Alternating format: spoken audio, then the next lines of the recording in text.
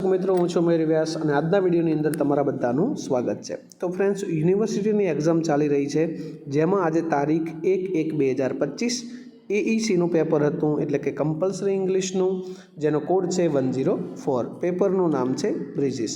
તો એના પેપરનું સોલ્યુશન આપણે અહીં કને જોઈશું. તો ફ્રેન્ડ્સ, કુલ 25 માર્ક્સનું તમારે આ પેપર હોય છે, જેની અંદર ફર્સ્ટ ક્વેશ્ચન છે એ ટૂંકા પ્રશ્નોવાળો હોય છે. Answer the following questions in brief. ટૂંકની અંદર આપણે જવાબ આપવાના હોય છે. તો કુલ આપણા પાસે 4 સ્ટોરી છે. એ 4 સ્ટોરીમાંથી 8 પ્રશ્ન પૂછાય છે. 8માંથી ગમે તે 5ના આપણે જવાબ આપવાના છે, જેના માર્ક્સ છે. તો ફ્રેન્ડ્સ, આ પ્રશ્નો બધા એવા જ છે કે જે અવારનવાર હું તમને આઈએમપી તરીકે આપતો હોઉં છું. તો એનો જવાબ આઈ હોપ તમે સારી રીતે લખ્યો છે. આપણે ઉપર ચલો અને જોઈ લઈએ. પહેલો પ્રશ્ન છે, why was Della crying in front of the mirror on Christmas eve? Della શા માટે રડી રહી હતી? તો આપણને ખબર છે કે ગિફ્ટ લાવવા માટે એના પાસે પૂરતા પૈસા નહોતા, અને ગિફ્ટ લાવ્યા પછી પણ એને એવું થતું હતું કે મેં વાળ વેચી નાખ્યા છે, તો જીમ કેવી રીતે મારી સાથે પેશ આવશે? તો આ કારણ હતું એના રડવાનું. બીજો પ્રશ્ન છે, what were the most precious possessions of Jim and Della? Jim અને ડેલા પાસે કઈ કિંમતી વસ્તુઓ હતી? તો જીમ પાસે ગોલ્ડન વોચ હતી અને ડેલાની પાસે પોતાના સુંદર વાળ હતા. ત્રીજો ક્વેશ્ચન એવો હતો કે who were the sponsors of Finn's baptism? ફિનના બાપ્ટિઝમના સ્પોન્સર કોણ હતા? તો એના જે પરગણાના, થોર્ડના પરગણાના જે એકદમ શ્રીમંત વ્યક્તિઓ હતા, જે હાઈ સ્ટેટસવાળા, એ એના સ્પોન્સર હતા. એના પછી છે, what was fins last reaction? તો આપણને ખબર છે કે અંતે ફિન છે તે તળાવમાં ડૂબાઈ જાય છે. તો એ એક જ નજરે પોતાના ફાધર તરફ જોઈ રહ્યો હોય છે. એને એમ કે કોઈ પણ પ્રકારની મદદ મને મારા પિતા તરફથી મળશે. તો એવું એનું લાસ્ટ રિએક્શન હતું. 5મો પ્રશ્ન છે, વોટ વોઝ મેન્સ ઓક્યુપેશન? તો એ વ્યક્તિનો વ્યવસાય શું હતો? તો આપણને ખબર છે કે એ વ્યક્તિ એક પેન્ટર અને આર્ટિસ્ટ હતો, જે કામદારોના સ્વર્ગની અંદર ભૂલતા મૂકવામાં આવેલો હોય છે. Who told the story of Rockle the miser and when? આ રોકલ ધ માઇઝર નામની વાર્તા કોણ કહે છે અને ક્યારે? તો નેરેટર જ્યારે હોટલ છોડીને જતો હોય છે, ત્યારે ચાર્લી નામનો એક વ્યક્તિ હોય છે, તે આ વાર્તા કહે છે. What is the character of Charlie according to the narrator? નેરેટરના મત અનુસાર ચાર્લીનું પાત્ર કેવું હોય છે? તો ચાર્લી એકદમ જુઠ્ઠા પ્રકારનો માણસ હોય છે, જેને ખોટી ખોટી વાતો બનાવીને પીરસવી અને બહુ ગમતી હોય છે. તો એવા પ્રકારનું એનું કેરેક્ટર હોય છે. Who wrote the story the gift of the magi? આ વાર્તા છે તે કોણ લખે છે? તો આપણને સૌને ખબર છે, ઓ henry.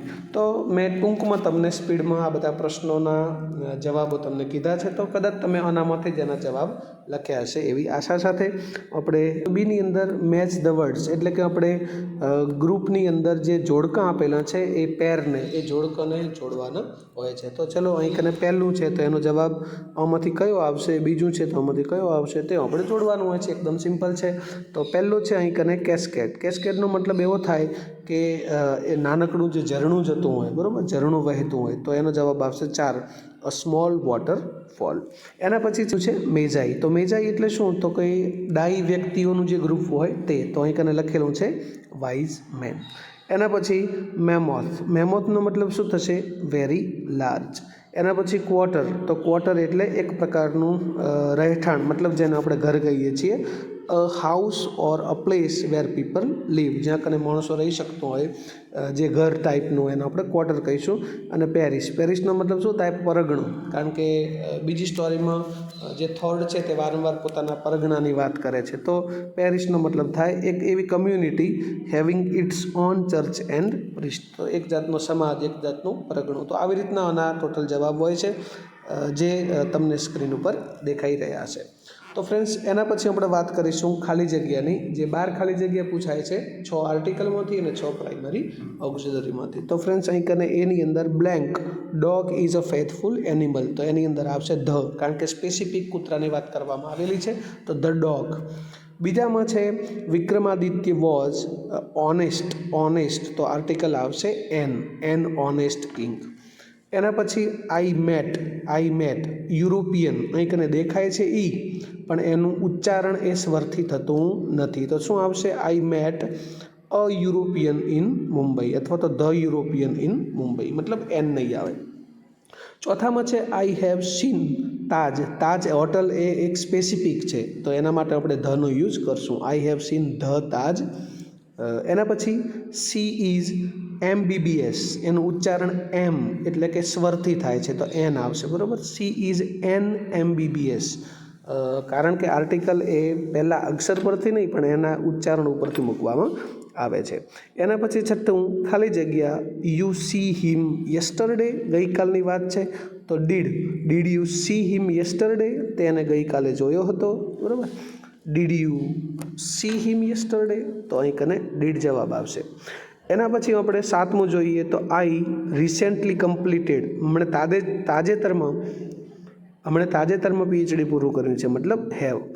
I have recently completed, કારણ કે હેઝ તો આવશે નહીં, આઈ છે એટલે, અને હેડ પણ આવશે નહીં. શા માટે હેડ નહીં આવે? કારણ કે રિસેન્ટલી લખેલ છે એટલા માટે. તો ફ્રેન્ડ્સ, આવી રીતની આપણી ખાલી જગ્યા પણ એકદમ સિમ્પલ હોય છે. થોડુંક આપણને ગ્રામરના રૂલ્સની ખબર હોય તો આપણે એનો જવાબ આપી શકતા હોઈએ છીએ. એના પછી કોવિડ ટાઈમ, વી તો શું આવશે? વી વર વિયરિંગ માસ્ક, આપણે માસ્ક પહેરી રહ્યા હતા, તો વોઝ નહીં આવે કારણ કે વી છે તો બહુવચન છે, અને હેવ પણ નહીં આવે કારણ કે અહીં આઈએનજીનું ફોર્મ છે એટલા માટે.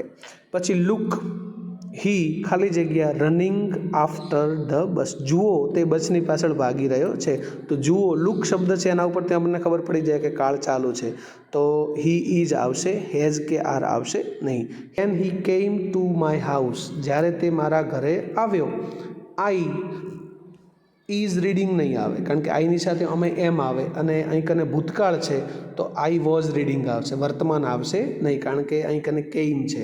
When he came to my house, જ્યારે તે મારા ઘરે આવ્યો, મતલબ ક્રિયા પૂરી થઈ છે, ત્યારે હું વાંચી રહ્યો હતો, તો આઈ વોઝ રીડિંગ. અને રીતને ખાલી જગ્યાઓ પણ એકદમ સિમ્પલ આપવામાં આવેલી છે. 12માંથી આપણે ગમે તે 10 લખવાની હોય છે જે તમે સોલ્વ કરી શકો.